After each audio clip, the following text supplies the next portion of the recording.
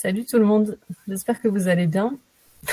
Je m'appelle Sophie et j'aide les personnes à mieux comprendre leurs animaux avec la communication animale. Aujourd'hui, je voulais partager avec vous une histoire personnelle, rapide, qui est l'histoire de l'adoption de mon deuxième chat, qui s'appelle Pogno.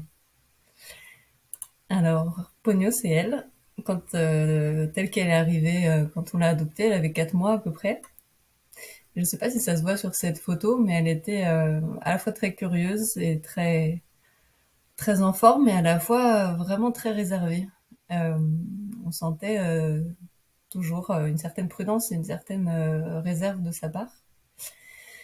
Et donc on lui a évidemment laissé du temps et fait de tout ce qu'on pouvait pour qu'elle se sente bien et qu'elle puisse s'approprier son nouvel environnement de vie.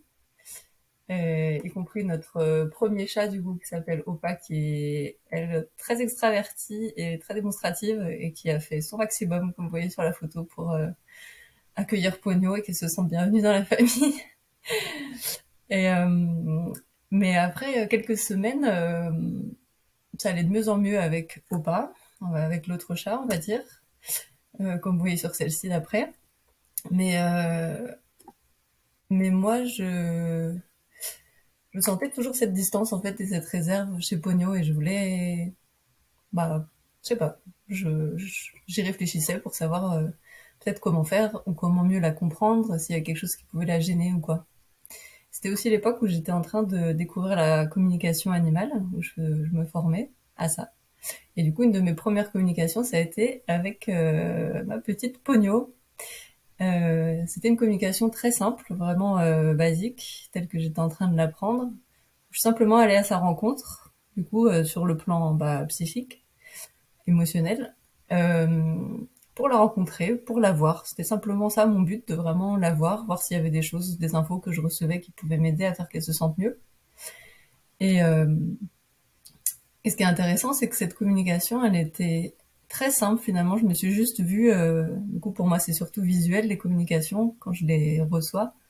Je me suis vue dans une pièce avec Pogno qui faisait sa vie, qui de temps en temps venait vers moi, me renifler, je pouvais lui donner une petite caresse, après elle continuait à faire sa vie, et puis juste simplement de temps en temps, elle arrêtait son jeu ou ce qu'elle était en train de faire, elle me regardait et elle clignait des yeux lentement comme font les chats quand ils apprécient quelqu'un ou qu'ils lui font confiance.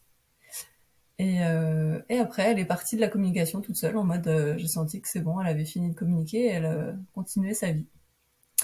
Et après ça, étonnamment, j'ai eu vraiment un déclic, à la fois dans ma perception de Pogno, dans notre relation et dans son comportement. Parce que c'est vrai vraiment comme si peut-être il y a une sorte de séparation de verre entre nous, où on cohabitait mais il y avait cette distance que je m'expliquais pas complètement. Et j'ai ensuite vraiment remarqué que le fait d'être allée à sa rencontre, avec simplement l'intention de la voir, de la comprendre, ça a vraiment approfondi notre relation, ça nous a rapprochés d'une manière vraiment très nette.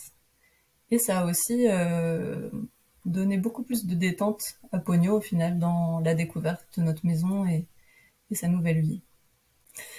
Et voilà, elle est aujourd'hui extrêmement à l'aise dans sa peau et elle n'a pas de problème pour manifester ses différentes humeurs et être affectueuse quand elle a envie.